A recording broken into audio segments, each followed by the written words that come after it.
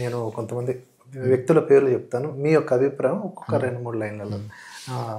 గురువుగారు వద్దిపత్తి పద్మాగర్ గారి గురించి మీకు పరిచయం ఉందా? అంటే వారి నాకు గురించి. బాగా పరిచయం ఉందండి. తర్వాత నేను వారు కొన్ని వింటూ ఉండాను సమయం బట్టి. మహాపండితులు, 3 భాషల్లో పండితులు, తపస్వి, మంచి సంప్రదాయ పరంపర కలిగినటువంటి వ్యక్తి. వారు సనాతన ధర్మ రక్షణలో ఆయన ప్రతి ప్రవచనం ఉపకరిస్తుంది. చిన్నజీవ స్వామి వారి గురించి. మహానుభావులు. ఆయన శ్రీ వైష్ణవాన్ని ఉద్ధరించడానికి వచ్చిన మరొక రామానుజ స్వామి వారని నా యొక్క భావన.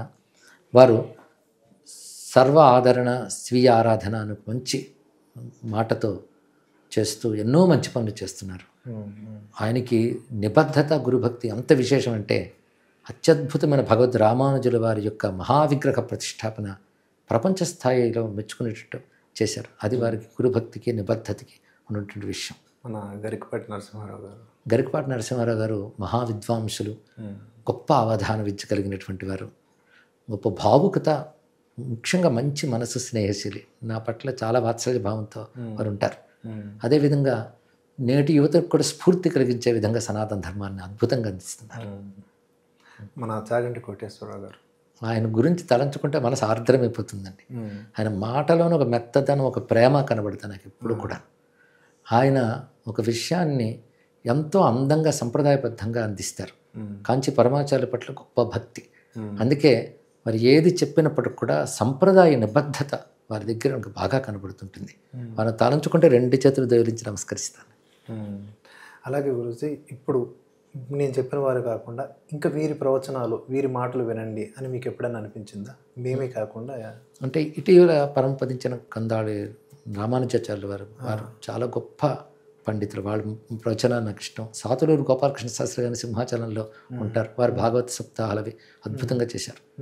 ఇప్పటికీ ఉన్నారు సాతులూరు గోపాలకృష్ణమూర్తి గారు, చాలా బాగా మాట్లాడతారు. మైలవరపు శ్రీనివాసరావు గారు, వారు గొప్ప ప్రవాచకులు, మరి పెద్దవారు మాకంటే. ఇలాంటివి ఎన్నో చేశారు. ఇంకా బాచంపల్లి సంతోష్ కుమార్ శర్మ గారు, బంగారే శర్మ గారు, వీళ్ళందరూ కూడా సనాతన ధర్మం గురించి చాలా చక్కగా మాట్లాడుతున్నారండి. అదే గురించి. అది నాకు ఇంకొక భయం కూడా ఉంది. ఇది ఏంటంటే నెక్స్ట్ జనరేషన్కి మళ్ళీ, అంటే మాకు ఈ గురు పరంపర, కొంతమంది ప్రవచనకారులని లేకపోతే ఏదో స్పీచ్లు ఇస్తున్నారని చాలా ఏహభావంతో మాట్లాడుతుంటారు. అది వాళ్ళ విచక్షణకు వదిలేస్తూ ఉన్నాను. మాకు గురువులు మీరే లేకపోతే మాకు ఈ సనాతన ధర్మం గురించి ఏమీ తెలియదు. మేము ఈరోజు మాట్లాడే వాళ్ళమే కాదు.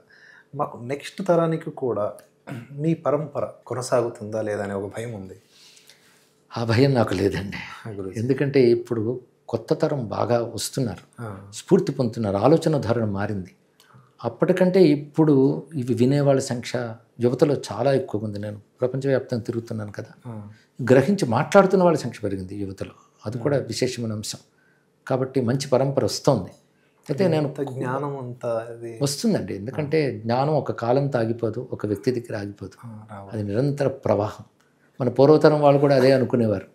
ఇప్పుడు వస్తున్న విద్యా వ్యవస్థ వీటికి మిగులుతాయా అని భయపడ్డారు. కానీ వస్తూనే ఉన్నాయి. ఎందుకంటే మేము కూడా పెద్దవాళ్ళ దగ్గర నుంచి నేర్చుకుని ఒళ్ళు దగ్గర పెట్టుకుని మాట్లాడుతున్నాం. అలా ఒక తరం తయారవుతుంది. అదే సమయంలో ఇందాక చెప్పినట్లుగా శాస్త్రీయమైన శిక్షణ దృక్పథం మన వాళ్ళకి అందించాలి. ఆ ప్రయత్నం చేస్తున్నాం. ఎందుకంటే అనేక చోట్లకు వెళ్ళినప్పుడు కొత్త కొత్త వాళ్ళని చూస్తున్నాను. వాడు ఎంత చక్కగా మాట్లాడుతున్నారో, వాళ్ళు కూడా ఇవన్నీ నేర్చుకుంటూ మీ వల్లవి నేర్చుకున్నామంటే, ఇలా మాట్లాడుతున్నామంటే చాలా సంతోషం కలుగుతుంది. కనుక నాకు తర్వాత తరం మీద భరోసా ఉంది. ఈ సంస్కృతి ఎప్పటికి కూడా అందుతూనే ఉంటుంది.